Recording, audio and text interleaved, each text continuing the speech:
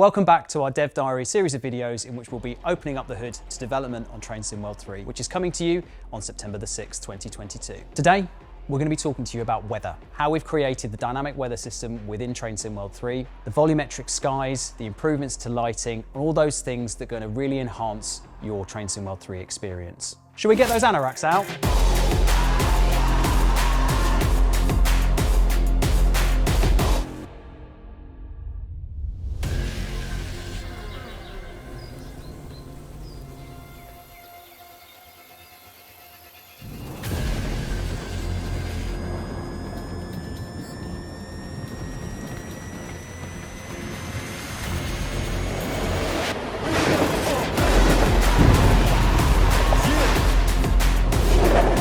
Driving trains, weather affects everything. 1 minute you can be driving in bright sunshine, the next you're in the middle of a downpour. It's always changing, it's ever changing. Like the seasons, you have to really take into account your braking and your accelerating. You realise how different the rails are in such adverse weather. It keeps you on the edge of your seat, but it's so fun. So something we really wanted to achieve with Train Sim World 3 is to really build upon the sense of immersion and make it as close to life as we possibly can. And so one thing we worked on a lot was the weather systems. So much of TSW in the past has been centred on the locos. It's nice to have some more elements to bring the environment and the world around it, give it a lot more life and a lot more movement. One of the things that we really wanted to do was a major renovation on what is actually half of the screen, and that's the skies and the clouds.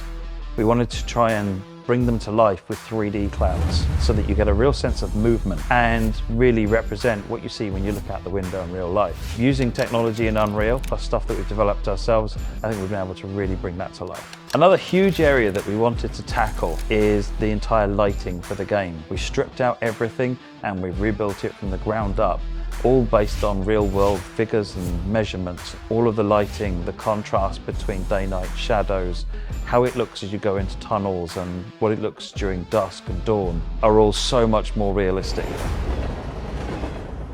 But it's not all clear skies in Train Sim World 3.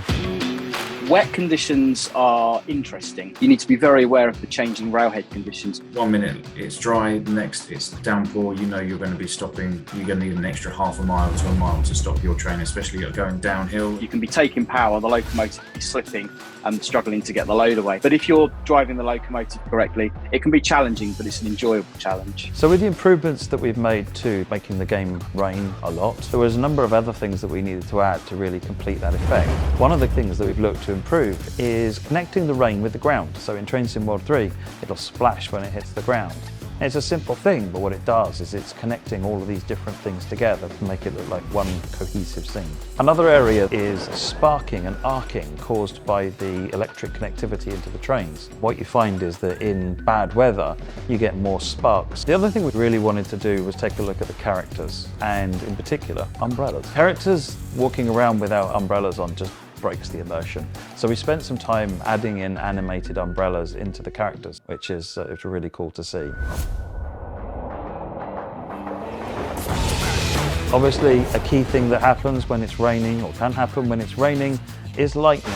Lightning is quite exciting to have in game because it's always something to look out for and spot in the environment. It's something else that kind of draws the player to really look at the landscape and the scenery. When you're driving along and you've got these big storms going off around you, the thunder rumbling in the background, claps of lightning as they're going along, it just feels incredible. I'll be very impressed with any players that do manage to get a shot of a lightning bolt with their train in shot as well. Definitely deserve bragging rights if you're able to do that. Lightning is a really good example of where it's taken time and effort from almost every team in the game to bring it to life, whether it's the audio for the rumblings, the VFX for the light flash, the lighting team for the overall environment flashing. We wanted to have weather become more dynamic, more varied. It gives a sense of unpredictability, which is exactly what you get in real life. You'll be driving down the line and perhaps it's a nice sunny day, and then by the time you've made it into Webb's Fleet, thunderstorms, lightning are going off. Maybe your grip has changed on the track now, maybe you've gone from rain to snow.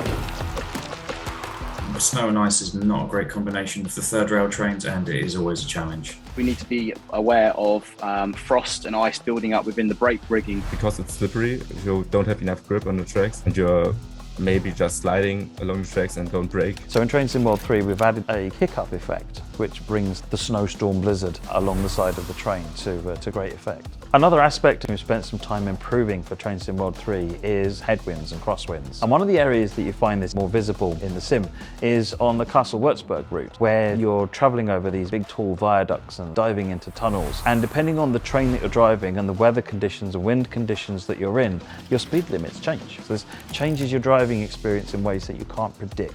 So you're going to have to be looking out the window and reacting to changing conditions in real time. And it allows players to actually experience the same scenarios in different ways and be able to discuss it amongst themselves about what challenges they face. Seeing extreme weather such as driving rain, ice, wind, it's very exhilarating at times, but it's also incredibly scary at times. Well, I was driving in a storm a couple of weeks ago along a very dark single line route, and it's almost a little bit scary. There's lightning going off everywhere, it's pitch black, you're all on your own sat in a metal box, kind of hoping for the best.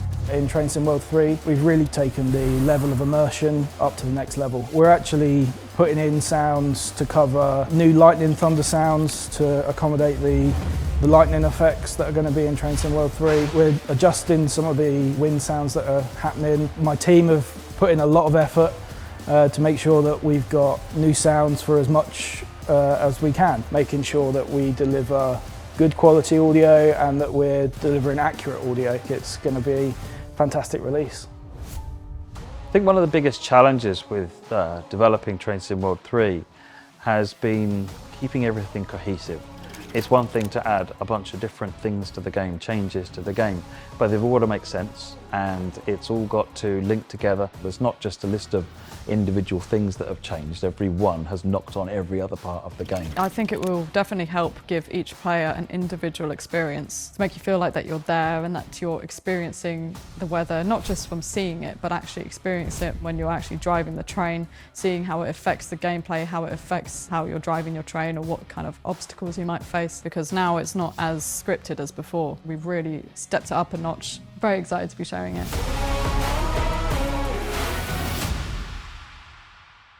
Thanks for watching our Dev Diaries videos. We hope you've enjoyed them all and they've given you an insight into how we've been making Train Sim World 3. Pre-order is available now on all platforms for standard and deluxe editions. And don't forget, Train Sim World 3 releases on September the 6th. We hope to see you there.